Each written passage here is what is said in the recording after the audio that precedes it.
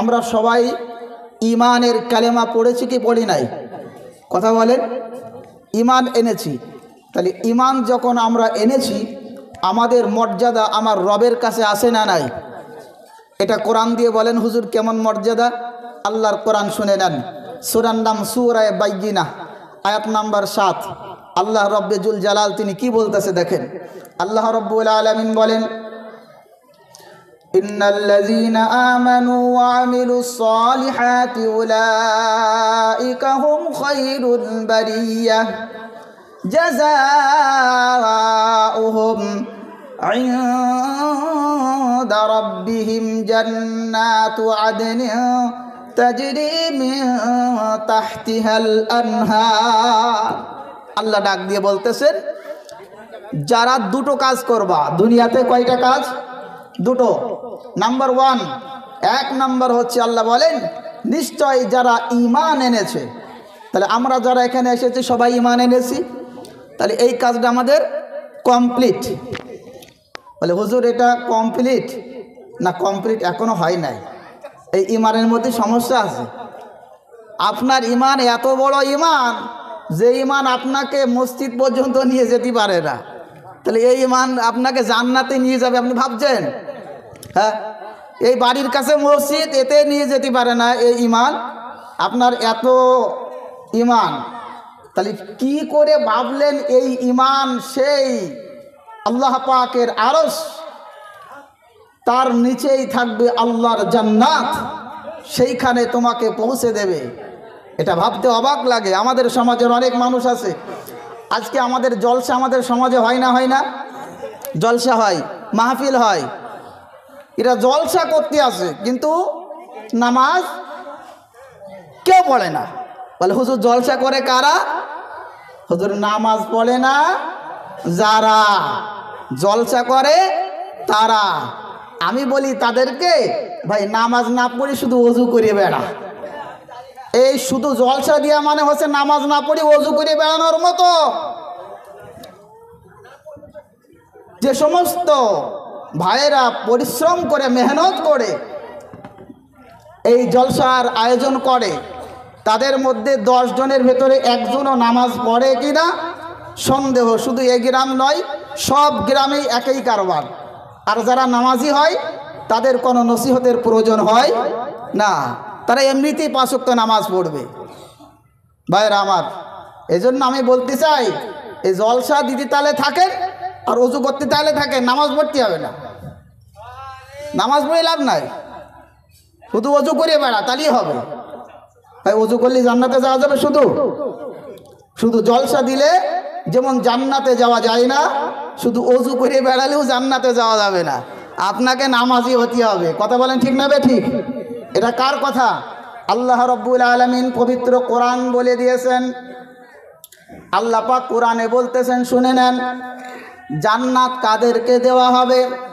জান্নাত তো আর যার টাকা আছে ওই ব্যক্তি যাবে তা না। আপনার টাকা আছে, আপনি বিরিয়ানি খেতে পারেন কি পারেন না? টাকা আছে, আপনি সোনপুকুরে গিয়ে বিরিয়ানি খেতে পারবেন। আপনার পয়সা আছে, আপনি অনেক কিছু করতে পারবেন, কিন্তু আল্লাহর জান্নাত কিনতে পারবেন না। কারণ আল্লাহর জান্নাত কিনতে হলে আপনাকে 2টা কাজ করা লাগবে। কয়টা কাজ বলেন? 2টা। আল্লাহ পাক বলতেছেন সেই 2টা কাজ কি কি? আল্লাহ বলেন, ইন্নাল্লাযীনা আমানু ওয়া আমিলুস সালিহাতি উলাইকা হুম খায়রুল বারিয়া। আহা, আল্লাহ ডাক দিয়ে বলেন, শোনো রে বান্দা শোনো, দুনিয়াতে কত মানুষ তোমরা দেখতে পাইবা, কত মানুষের কোটি কোটি টাকা, মিলিয়ন মিলিয়ন টাকা থাকবে, কিন্তু ওই ব্যক্তিটা আমি আল্লাহ আমার কাছে দামি না। আল্লাহ তোমার কাছে দামি কোন ব্যক্তিটা? আল্লাহ কয় 2টা যোগ্যতা যার মধ্যে আছে ওই বান্দাটা আমি আল্লাহ আমার কাছে দামি। 1 নম্বরে হলো ইন্নাল্লাযীনা আমানু ওয়া আমিলুস সালিহাত। 1 নম্বরে হলো ঈমান আনতে হবে, আর 2 নম্বরে হলো ঈমান আনার পরে তোমাকে নেক আমল করতে হবে। জোরে বলেন সুবহানাল্লাহ। আল্লাহ বলেন উলাইকা হুম খয়রুল বারিয়া, যারা এই দুইটা কাজ করবে পৃথিবীতে তাদের সম্মান থাকুক চাই না থাকুক, গরিব হোক ওই ব্যক্তিটার কিছুই না থাকুক, ওই ব্যক্তিটা আমি আল্লাহ আমার কাছে বড় দামি। আল্লাহর কাছে নিজেকে যদি দামি বানাইতে পারো দোস্ত, আল্লাহর জান্নাত পেয়ে যাবা। কেমন জান্নাত পাবা? আল্লাহ রাব্বুল আলামিন বলেন এই দুটো কাজ যদি করতে পারো আমি আল্লাহ তাআলা আমার নবীর মাধ্যমে তোমাদেরকে সুসংবাদ দিয়ে দিলাম। আল্লাহ কিসের সুসংবাদ দিলা? আল্লাহ ওয়াবাশশিরিল মুমিনিন, মুমিনদেরকে সুসংবাদ দিয়ে দাও যারা নেক আমল করে। আন্না লাহুম জান্নাতুন তাজরি মিন তাহতিহাল আনহার, আমি আল্লাহ জানালাম তাদেরকে আমি আল্লাহ প্রাইজ দেব, আমার জান্নাত দিয়ে প্রাইজ দিয়ে দেব। আল্লাহ পাক রব্বুল আলামিন বলেন এমন জান্নাত দেব কুল্লামা রুজিকু বিনহা মিন সামারাতির রিজকান ক্বালু হাযাল্লাযী রুজিকনা মিন ক্বাবলু ওয়া উতু বিহি মুতাশাবিহা। জান্নাত তো এমন জান্নাত দেব, বান্দা খালি একবার আসবি জান্নাতের ভেতরে আল্লাহ সুবহানাহু ওয়া তাআলা তিনি বলছেন তোমরা যা চাবা সেই বস্তুটাই জান্নাতের ভেতরে আমার রব দিয়ে দেবে। সুবহানাল্লাহ বলেন। দুনিয়ার জমিনে যারা আল্লাহর নিষেধাজ্ঞা, আল্লাহ যেগুলোকে নিষেধাজ্ঞা জারি করেছেন সেই সমস্ত জিনিস থেকে যারা নিজেকে কন্ট্রোল করবে, আমার রব আমার রব আমার রব তাদেরকে জান্নাত দিয়ে দেবে। সুবহানাল্লাহ বলবেন। আল্লাহ বলেন আমি দুনিয়াতে মদকে হারাম করেছি। কিকে হারাম করেছে? জোরে বলেন। মদকে হারাম করেছি। দুনিয়াতে যারা মদ খাইবে আমার রব বলেন আমি জান্নাতে প্রবেশ করা তো দূরের কথা, জান্নাতের কোন নিয়ামত তার কিসমতে জুটাবো না। জোরে বলুন আউযুবিল্লাহ। তাহলে বোঝা গেল একজন মুসলমান বান্দার, একজন মুসলমান ছেলে, একজন মুসলমান সন্তানের জন্য মদ পান করাটা কি? হারাম। তুমি নামাজ পড়ো না, আল্লাহ পাক মাফ করে দিতে পারে, কিন্তু মদ পান করা এমন একটা গুনাহ, একবার দুবার তিনবার এরপর আমার আল্লাহর মাফ করে না, তার তওবাও কবুল করবে না। মনে রাখতে হবে। এজন্য ভাইরা আমার নিশা দ্রব্য থেকে নিজেকে দূরে রাখতে হবে।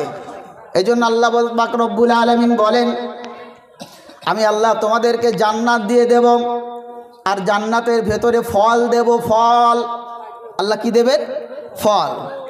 দুনিয়ার বুকে সব থেকে উৎকৃষ্ট মানের খাবার হচ্ছে ফ্রুট, ফল, আপেল, নেশপাতি, কমলা, মালটা, এগুলো তো উন্নত মানের খাবার। আমরা তো এগুলো খাই না। আমরা খাই চা বিস্কুট, আমরা খাই ভাত, আমরা খাই তরকারি যেগুলোর ভেতরে ভিটামিন খুব কমই থাকে, বেশিরভাগ থাকে সুগার। আর বিড়ির নাম নাই বললাম, প্রতি সপ্তাহে বিড়ির কথা বলতে বলতে আমার ভালোই লাগতেছে না। ও না না, ওটা তো ভিটামিন সি সমৃদ্ধ, তাই না? ভিটামিন সি হুজুর সব ছাড়তে রাজি আছি, ওই এক আঙুল জিনিসটা ছাড়তে রাজি নাই কেন? ওতে যে কি স্বাদ আল্লাহ রেখেছে মাওলায়, ও প্রতি টানে টানে স্বাদ। কথা ঠিক না বে? ঠিক। হ্যাঁ, এই জন্যই তো আজকে আমরা ছাড়তে পারছি না। কিন্তু আল্লাহ বলেন যারা নিজের মুখকে নাপাক করবা, মুখকে দুর্গন্ধ করবা, ওই মুখটা জান্নাতে যাওয়ার জন্য যোগ্য হবে না রে সোনা, যত নামাজি পড়ো। এটা মনে রাখবা, নিজের মুখকে নাপাক করা যাবে না। আল্লাহ পাক রব্বুল আলামিন বলেন জান্নাতের ভেতরে আপেল দেব।